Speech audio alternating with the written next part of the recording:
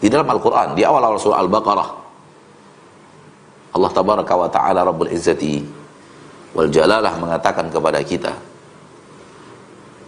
bahwa Allah Tabaraka wa Ta'ala Rabbul Izzati wal Jalalah, dialah yang menciptakan langit dan bumi, dan dialah yang mengatur alam semesta satu-satunya.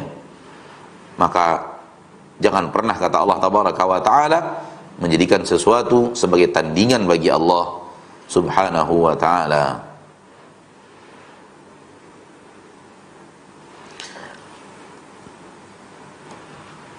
A'udzu billahi minasyaitonir rajim. Ya ayyuhan nasu u'budu rabbakum alladhi khalaqakum walladzina min qablikum la'allakum tattaqun alladhi ja'ala lakumul arda firasha was samaa'a binaa'a wa anzala minas samaa'i maa'an fa akhraja bihi minats thamarati rizqan lakum.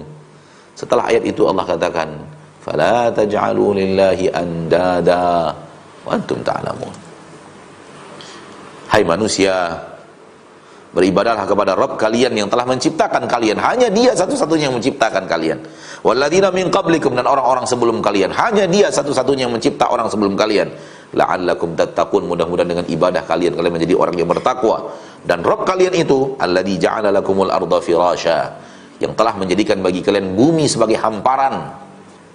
Hamparan untuk tempat kalian berada di atasnya. Was samaa'a binaa'a, dan telah menjadikan langit sebagai bangunan dan sebagai atap bagi bumi. Wa anzala minas samaa'i ma'an, lalu Allah turunkan dari tempat yang tinggi air.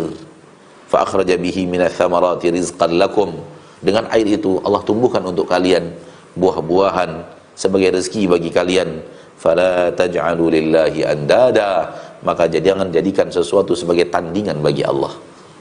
Jangan jadikan sesuatu sebagai sekutu bagi Allah sehingga tertandingi Allah dengan sesuatu itu. Jangan.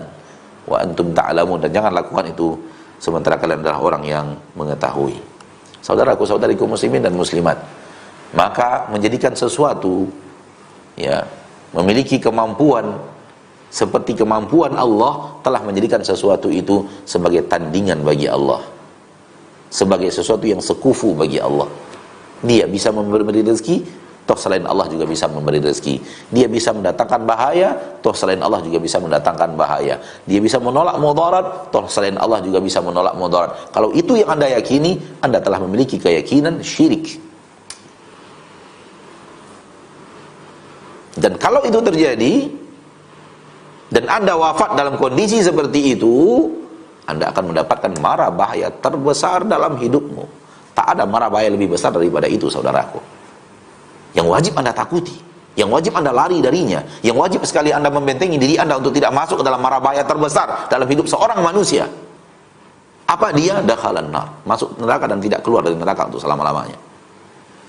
Dan ini mara bahaya terbesar, lebih bahaya daripada COVID-19.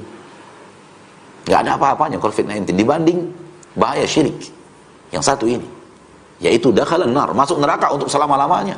Selama-lamanya, kalimat selama-lamanya. Anda bayangkan Anda berada di rumah Anda sendiri, di istana negara, lalu disiapkan makanan, minuman, Anda tidak boleh keluar dari istana negara selama-lamanya. Nikmat.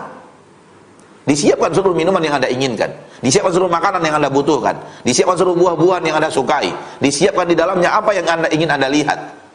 Namun tak boleh keluar dari istana negara selama-lamanya. Nikmat? Tidak nikmat pasti. Bayangkan di dalam kobaran api selama-lamanya. Apa yang akan terjadi pada dirimu? Maka kasihanilah diri itu. Selamatkan dia. Selamatkan dirimu, saudaraku. Bahaya besar syirik. Selamatkan dirimu darinya. Syirik itu mendatangkan mara bahaya terbesar dalam hidupmu. Kamu tidak mau menyelamatkan dirimu dari mara bahaya itu, dan mara bahaya itu ada di depan matamu kalau kamu tidak hati-hati. Ada di depan matamu kalau kamu tidak hati-hati. Pasti menimpamu kalau kamu tidak berhati-hati dalam beragama. Lalu Anda tidak menyelamatkan diri Anda dari mara bahaya besar itu. Mara bahaya besar itu real, nyata, pasti ada. Dan tidak sedikit kaki yang tersandung ke dalamnya dan masuk ke dalamnya. Termasuk paman Nabi kita tercinta Muhammad sallallahu alaihi wasallam telah masuk ke dalamnya. Orang yang sangat dekat dengan Rasul kita tercinta, orang yang dicintai secara biologis oleh Rasul kita tercinta Muhammad sallallahu alaihi wasallam, bahkan telah berjuang dengan hartanya untuk membela Nabi Muhammad agar Nabi Muhammad tetap bisa berdakwah dan tidak diambil oleh orang musyrik Quraisy dan kemudian dibunuh oleh orang Quraisy. Abu Thalib telah menjadikan bumper diri sebagai bumper dakwah, membentengi dakwah Nabi Muhammad SAW, tapi dia masuk neraka karena berbuat syirik. Selama-lamanya di neraka telah berbuat syirik karena Allah benci kepada perbuatan syirik itu. Sementara Anda tidak ada apa-apanya hubungan dengan Rasul Anda tercinta SAW. Dan harta Anda belum menjadi bumper dakwah yang hebat seperti bumper dakwah dari hartanya Abu Thalib. Dan pangkat Anda tidak dijadikan sebagai penahan dakwah Nabi Muhammad SAW dirongrong oleh umat musyrikin Mekah, sebagaimana Abu Thalib telah menjadikan jabatannya sebagai penghalang orang untuk menjamah Nabi Muhammad dengan keburukan. Namun orang yang telah berjasa demikian hebat kepada Nabi Muhammad SAW secara biologis duniawi, mempertahankannya sebagai adam, karena mereka masih memiliki tali darah, dia adalah ponakan dan anak saya. Namun jasanya yang sedemikian hebat tidak dipandang oleh Allah karena dia telah berbuat syirik. Apalagi Anda yang tak ada hubungan apapun dengan Nabi, dan jasa Anda kepada Nabi sangatlah minim dibandingkan jasa Abu Thalib. Maka kalau Anda berbuat syirik, Allah pasti juga akan memberikan kepada Anda apa yang Allah berikan kepada Abu Thalib, bahkan lebih besar daripada itu, lebih parah daripada itu akan Allah berikan.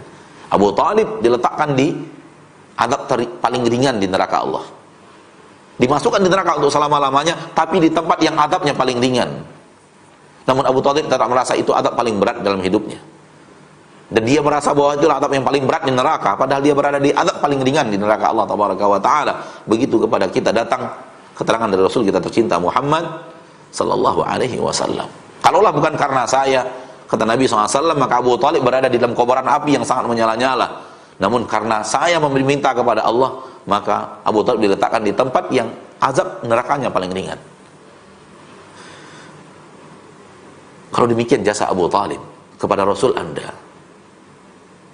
kepada agama Anda, kepada dakwah Rasul Anda tercinta sallallahu alaihi wasallam, sehingga dengannya jasa Abu Thalib masih sekarang masih kita rasakan, sehingga Islam sampai kepada kita. Nabi berdakwah di bawah Mana'ah, pamannya Abu Thalib dan paman-pamannya yang lain, kecuali Abu Lahab. Abu Lahab tidak mau menjaga Nabi. Abu Lahab malah justru sebaliknya, ingin menghina Nabi kita tercinta SAW, ingin menjerumuskan Nabi kita tercinta SAW ke dalam siasatnya orang Quraisy, sehingga turun Al-Quran mencelanya, celaan dahar, celaan seumur hidup, sepanjang sejarah manusia. Tabbat yada abi lahabi wa tab, ma aghna anhu maluhu wa ma kasab, sayasla naran dzata lahab wa imra'atuhu hammalatal hatab fi jidiha hablum min masad. Masabbatud dahar Allah turunkan kepada Abu Jahal, Abu Lahab maksudnya. Dan ini marah bahaya besar, saudaraku, yang wajib kita takut kepadanya. Lebih takut kita daripada matinya jasad ini di permukaan bumi karena penyakit apapun, hancurnya kemaslahatan hidup di permukaan bumi karena apapun, hancurnya seluruh harta karena apapun, karena zawalu dunya indallahi ahwan, daripada kemudian seseorang masuk ke dalam neraka dan tidak keluar dari neraka untuk selama-lamanya. Sehebat apapun Anda menderita di permukaan bumi, tak akan sehebat menderitanya orang masuk neraka untuk selama-lamanya. Seberat apapun tanggungan penderitaan yang Anda rasakan, takkan sehebat penderitaan orang yang akan masuk neraka untuk selama-lamanya. Maka takutlah kepada neraka itu. Takutlah kepada neraka itu. Apalagi di neraka untuk selama-lamanya. Dan yang akan membawa seseorang masuk neraka untuk selama-lamanya syirik. Maka aneh kalau orang tidak takut kepada syirik. Aneh kepada mara bahaya terbesar dalam sejarah kehidupan manusia.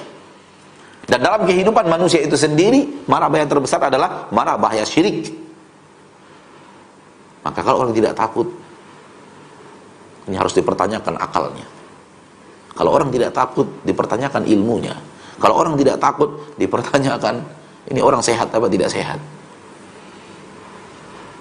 Ada orang mengatakan saya tidak takut harimau, orang pun akan cemeh. Orang pun akan menghina. Orang pun mengatakan kamu terlalu sombong, terlalu berlebihan. Orang pun akan memandang Anda sebelah mata ketika mengatakan saya tidak takut harimau. Ketika harimau ada ngamuk di luar, lalu saya keluar. Saya tidak takut harimau itu. Dan boleh jadi Anda selamat daripada harimau itu. Karena harimau ketika berhadapan dengan orang berani, dia pun akan takut, kecuali terdesak. Namun tidak dengan neraka. Neraka berkata kepada Allah, hal min mazid. Ketika Allah bertanya kepada neraka, halim talat, apakah sudah penuh engkau wahai neraka jahanam? Neraka jahanam mengatakan, hal min mazid, ada lagi tambahan ya Rabbi. Masukkan mereka, siapa lagi yang akan aku adab di dalam tubuhku? Tak ada ketakutan neraka jahanam kepada manusia. Neraka bertanya lagi, mana lagi tambahannya? Masukkan ya Allah, masukkan. Maka jangan pernah berani dengan neraka Allah. Takutlah kepada neraka Allah. Kenapa neraka Allah? Sehingga kita harus takut, apalagi masuk ke dalamnya, apalagi kekal di dalamnya untuk selama-lamanya. Dan itu yang akan terjadi kalau Anda menghadap Allah sedang dalam keadaan berbuat syirik. Seperti itu Anda mati, tidak akan dimaafkan oleh Allah dosa-dosamu, dan Allah masukkan ke neraka untuk selama-lamanya. Maka wajib untuk takut kepada syirik, karena bahayanya benar-benar luar biasa. Sallallahu wasallam wa baraka wa an'am ala abdihi wa rasulihi Muhammad. Kita lanjutkan dengan menjawab pertanyaan. Walhamdulillahi rabbil alamin.